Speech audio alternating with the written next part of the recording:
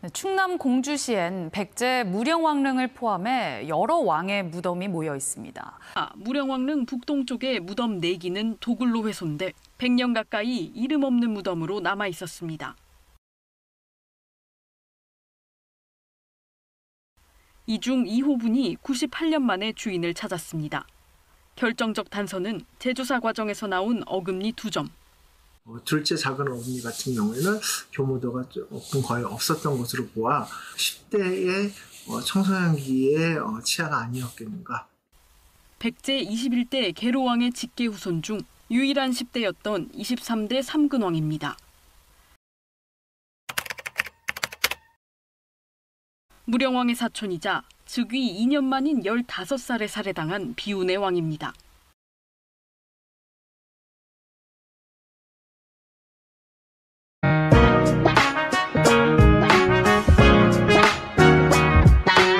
여기가 바로 공주 공산성입니다.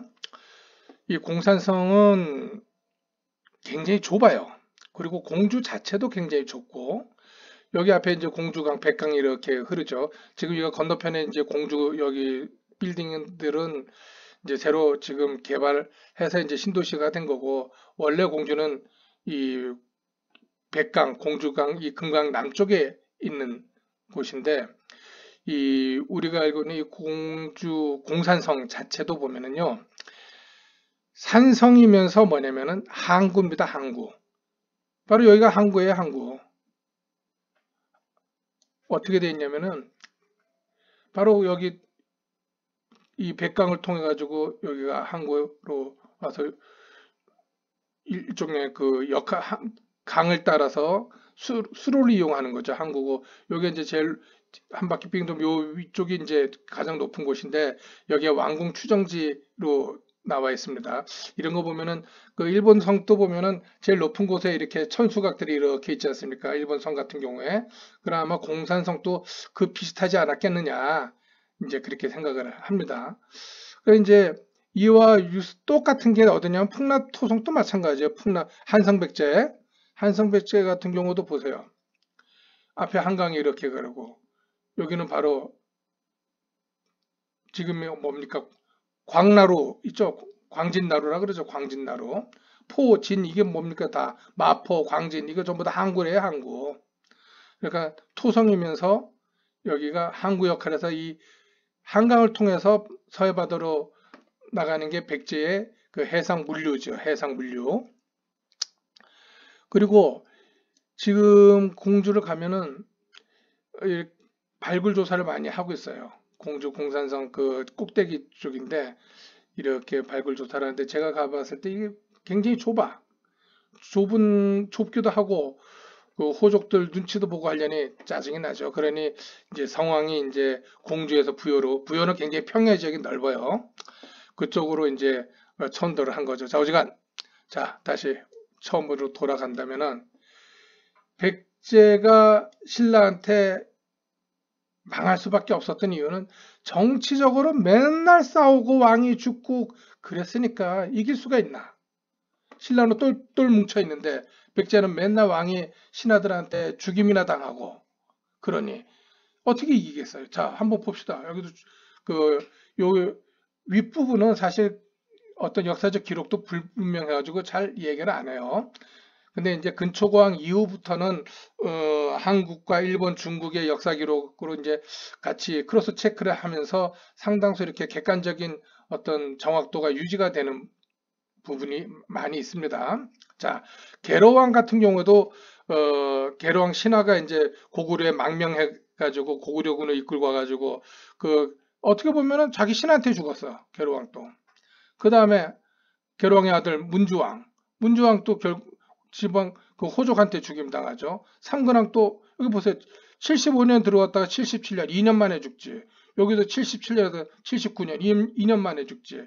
이 동성왕하고 문영왕은 좀 오래 있었는데, 여기는 이 왜군의 도움을 받았다가 79년 2년 만에 죽지.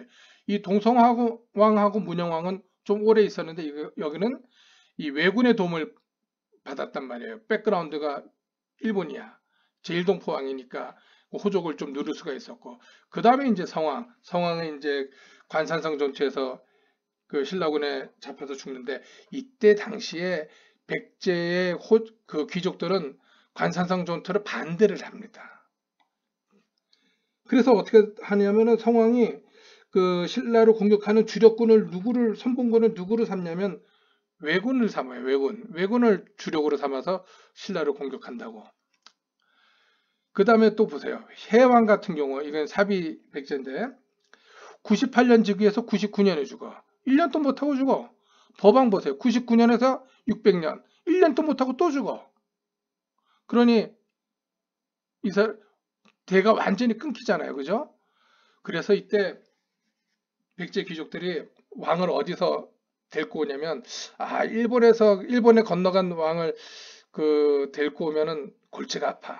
그래가지고 익산에 있는 그 서동 마팔라고 이렇게 뭐 선화공주 어쩌고 저쩌고 그런데 그거는 이제 그 설화 그냥 이야기거리고 실제로는 익산 쪽에 그 사택시하고 연결되는 그 반개 혈족을 이제 찾아 무식쟁이죠 어떻게 보면 그 사람이 이제 왕이 되는 게 그게 무왕이야. 조선 시대로 말하면 그 안동김씨 세도 정치 때 조선 또 보면은 후기에 가면은 귀족들의 힘이 너무 세가지고 왕이 허수아비였단 말입니다. 무왕은 조선 시대로 말하면 철종 같은 임금이야.